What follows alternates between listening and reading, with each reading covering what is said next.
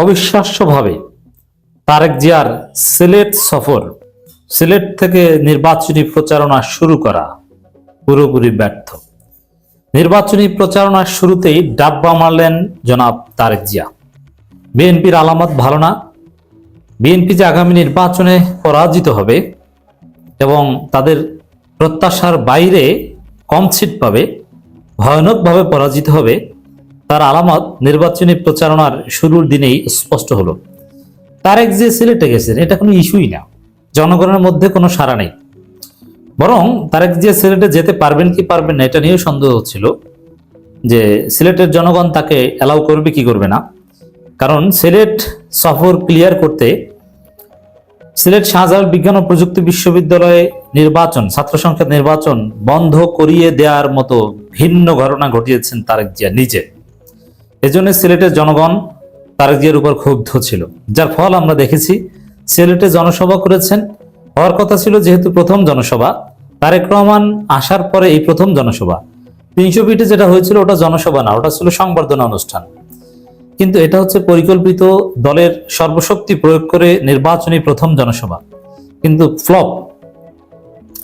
উপস্থিতি যদি দেখেন, যতগুলো ড্রোন ফুটেজ আছে, যতগুলো ছবি আছে, আপনি হিসাব করে দেখেন, অত্যন্ত লজ্জাজনক উপস্থিতি। এত কম লোক বিএনপির নির্বাচনী জনসভায়, বিএনপির ইতিহাসে এত কম লোক কোনোদিন হয়নি। বোঝা গেল যে বিএনপির জন্ম থেকে এখন পর্যন্ত বিএনপির সবচাইতে অজনপ্রিয় এবং ব্যর্থ নেতা জনাব তারেক রহমান। নইলে সিলেটে জনসভা করলেন, লোক নাই। সিলেটের জনগণ কি সব জামাত শিবির? তো এই যে জনগণের উপস্থিতি নাই, এর মধ্য দিয়ে একটা কঠিন ধরা খেলেন। আপনি লাইভ দেখেন, বক্তব্য চলার সময়, তারেক রহমানের বক্তব্য চলার সময় লোক নাই, এবং মাইকে বারবার ঘোষণা দেওয়া হচ্ছে, ভাই এদিক ওদিক ঘোরাঘুরি না করে প্যান্ডেলের মধ্যে চলে আসেন। মানে ওয়াজে যেরকম হুজুররা ডাকে যে এদিক ওদিক ঘুরবেন না, ওইরকম। জামাতের সমাবেশের তুলনায় এটা তো শিশু। তারেক রহমান এই অবস্থা হবে কেউ কল্পনা করেছেন? জনগণের সাড়া পায় না, লোকজন আসে না, টাকা পয়সা দিয়ে কোনোভাবে বুঝিয়ে শুনিয়ে বিএনপির জনসভায় লোক হাজির করতে পারে না। যে পরিমাণ লোক পুরো সিলেটের প্রোগ্রামে হাজির হয়েছে, সেই হবিগঞ্জ মৌলভীবাজার থেকেও কত সব জায়গা থেকে লোক এসেছে। বৃহত্তর সিলেটে 3টা সিট বিএনপি পায় কিনে সন্দেহ আছে। অবস্থা খারাপ। ডাকসু জাকসু চাকসু রাকসু জকসুর মতো ছাত্রদল যেরকম সেখানে ধৈঞ্চা, জাতীয় নির্বাচনে বিএনপি এখন ধৈঞ্চা পার্টিতে পরিণত হয়েছে। ফুসা, ভিতরে কিছু নাই কিন্তু মোটা, ভাব বড় কিছু, আসলে কিচ্ছু না। আমরা গাছের ঢেকি, ওটা দিয়ে কিচ্ছু হয় না। বিএনপির অবস্থা হচ্ছে এরকম। জনগণ বিএনপিকে বর্জন করছে, জনগণ বিএনপিকে ভোট দিবে না। এটা সিলেটের শাহজালালের পূর্ণভূমি, শাহপরানের পূর্ণভূমি। এই সিলেটে তারেক রহমানের সমাবেশ ব্যর্থতার মধ্য দিয়ে এটা স্পষ্ট হয়েছে। এরপর আসেন কন্টেন্ট। তারেক রহমান বক্তব্য দিয়েছেন, এখানেও তারেক রহমান লেজে গোবরে সব মাখিয়ে ফেলেছেন। তারেক রহমান জমাতে পারেননি। জামাতের বিরুদ্ধে কি করতে গিয়ে কি হয়ে গেল? জামাতকে ডিল করতে ব্যর্থ হয়েছেন। তারেক রহমান আসলে ওই মাহমুদুর রহমান যেটা বলেছেন ওইটি। তারেক রহমান জানেনই না যে বাংলাদেশে কিভাবে কি ঘটে, এখন পর্যন্ত জানেন না। ভেবেছিলেন যে জামাত শুধু ধর্মীয় কারণে জনপ্রিয়, এই কারণে জামাতকে ধর্মীয়ভাবে মোকাবেলা করতে একটা ধর্মীয় নাটক করেছেন তারেক রহমান। আপনারা দেখেছেন, এটা অ্যাবসলিউটলি ইট ওয়াজ মেটিকুলাসলি ডিজাইন নাটক। কি একজন লোক হঠাৎ বলছেন তারেক রহমান, আপনাদের মধ্যে হজ বা ওমরা করেছেন এমন কেউ আছেন? একজন দাঁড়ালো, তাকে ধরে আনা হলো স্টেজে।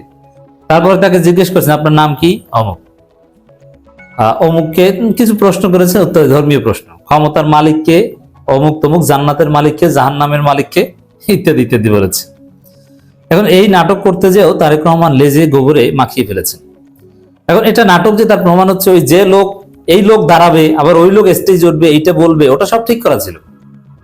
এটা মনে করবেন না যে হঠাৎ ইনস্ট্যান্ট বলেছে আর ইনস্ট্যান্ট দাঁড়িয়ে গেছে একজন, আর ইনস্ট্যান্ট একজন চলে এসেছে। না, কে দাঁড়াবে, কে আসবে, কারা ধরে স্টেজে নিয়ে আসবে, স্টেজ থেকে চাইলেই এরকম যে কেউ তারেক রহমানের কাছে আসতে পারে না। কোনো দুষ্কৃতিকারীও তো হতে পারে, তার পকেটে তো বোমাও থাকতে পারে। পৃথিবীর অনেক প্রধানমন্ত্রী, রাষ্ট্রপ্রধানকে এভাবে ফুল দেওয়ার সময় নানানভাবে কাছাকাছি যে বোম ব্লাস্ট করে হত্যা করা হয়েছে।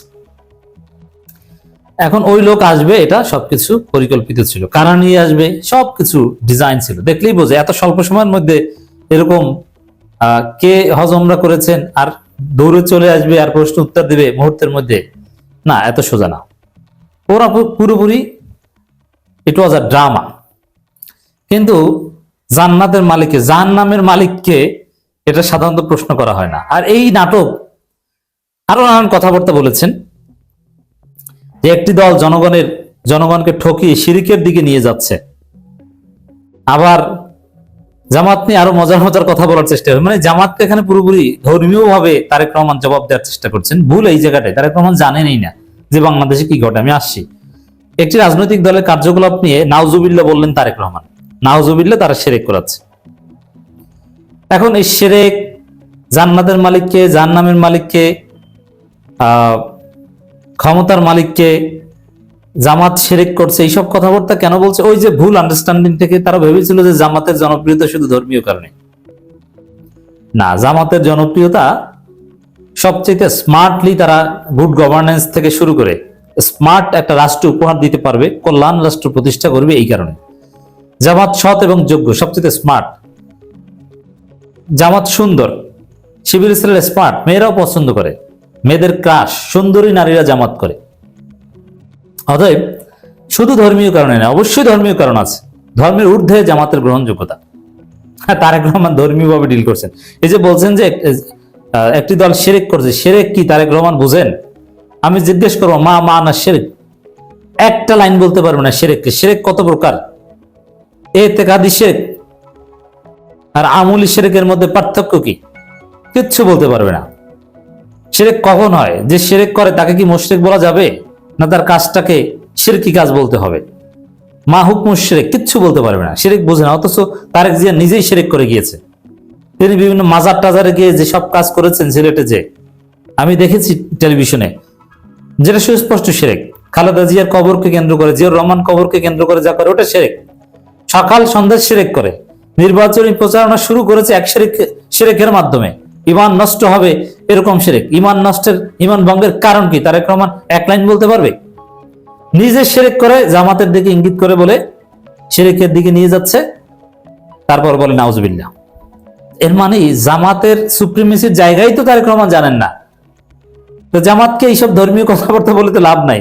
আর এ কিভাবে মাখিয়ে বলেছে, আর জামাত কি বলবে দেখেন। জামাত বলবে গুড গভর্নেন্সের কথা, জামাত বলবে বেকারত্ব থাকবে না, জামাত বলবে উন্নয়নের কথা, জামাত বলবে তথ্য প্রযুক্তির কথা, জামাত বলবে চান্দাবাজদের বিরুদ্ধে, আর জামাত বলবে যে আল্লাহ চাইলে আপনাকে জান্নাত দিবে, আসুন ভালো কাজ করি, তারপর আমরা জান্নাতের চেষ্টা করি। তো দর্শক আরো বিভিন্ন কথাবার্তা বলেছেন, আমাদেরকে ভোট দিন, আমরা খাল খনন করবো, ইত্যাদি ইত্যাদি। মোটের উপরে জনগণকে আকৃষ্ট করার মতো কোনো উপাদান নেই। এক কথায় তারেক রহমান সব লেজে গোবরে মাখিয়ে ফেলেছেন। জনগণের সমর্থন পাননি, সারা পাননি, জনগণ নাই, জনগণ যায়নি, বিএনপিকে জনগণ লাল কার্ড দেখাচ্ছে।